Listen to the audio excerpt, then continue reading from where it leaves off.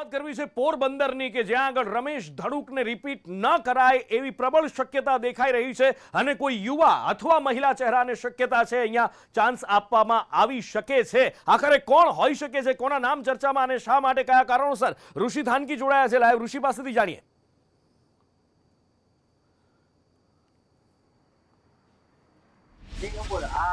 આ લોકસભાની ટર્મમાં રમેશ ધડુકનું પત્તું છે તે કપાઈ શકે છે અને યુવા ચહેરાની વાત ચર્ચામાં છે। તો યુવા ચહેરાને લઈને પ્રશાંત કોરાટ જે યુવા પ્રમુખ છે તેનું નામ ચર્ચામાં છે અને વાત કરીએ તો જયેશ કાદડિયા જે પૂર્વ મંત્રી હતા તે ને ચાલુ ધારાસભ્ય તેનું નામ પણ ચર્ચામાં છે અને મહિલા ચહેરાને જો લાવવામાં આવે તો જસુમતીબેન કોરાટનું નામ પણ ચર્ચામાં જોવા મળી રહ્યું છે।